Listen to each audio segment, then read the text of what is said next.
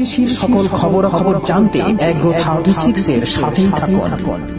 প্রিয় দর্শক, আসসালামু আলাইকুম। এগ্রো 36 এর পক্ষ থেকে সবাইকে শুভেচ্ছা ও স্বাগত। আজকের ভিডিওতে আমি দেখাবো নিচু জমিতে কিভাবে লাউ চাষ করা যায়।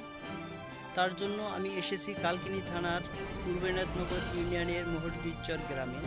এখানে একজন কৃষক তার 6% জমিতে লাউ চাষ করেছেন। চলুন আমরা এক নজরে দেখে আসি।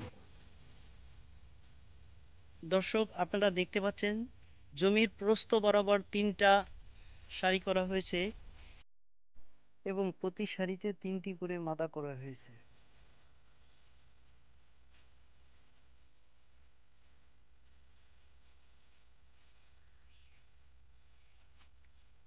দেখতে পাচ্ছি কিছুদিনের মধ্যেই গাছ মাচায় উঠে যাবে। এই যে একটা সারি,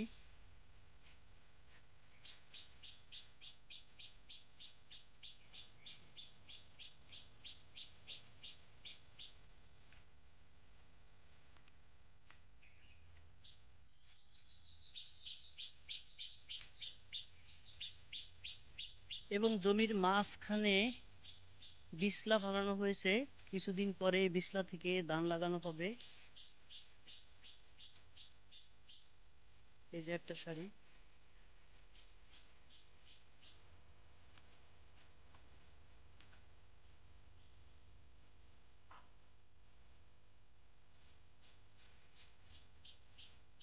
আপনারা দেখতে পাচ্ছেন এখানে মাচা তৈরি করা হচ্ছে।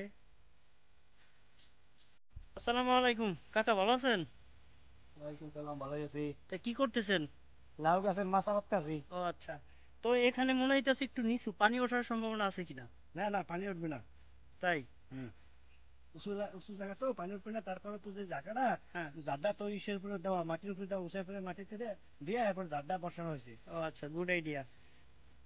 তো এখানে কি নেট দেওয়া হবে উপরে? যে নেট দেওয়া হবে এই দিয়ে গুনা দিয়ে তারপরে যে তাই দেওয়া হবে, জাল দেওয়া হবে। আচ্ছা, জালের উপরে লাউ গাছ থাকবে। তো এখানে আপনাদের কেমন ফলন আসতে পারে? না, মোটামুটি ভালো ফলন আসে, অনেক লাভ হবে। বেচা কিনা মোটামুটি ভালো হয়, লাভবানই, আমরা লাভবানই। ও আচ্ছা, আপনাদের ওই যে কৃষি অধিদপ্তর থেকে কোনো সহযোগিতা করছে কিনা? যে করছে আমাদের বিএস জুবায়ের হোসেন। জুবায়ের হোসেন, তিনি আমাদের সহযোগিতা করতেছে। তার সঙ্গে তার পরিচালনায় আমরা এগুলো নিয়ে করছি বা আচ্ছা। করতেছি। সে আমাকে ভালো সহযোগিতা করে। ও আচ্ছা আচ্ছা, তাই? যে আচ্ছা, ঠিক আছে। তো ভালো থাকেন।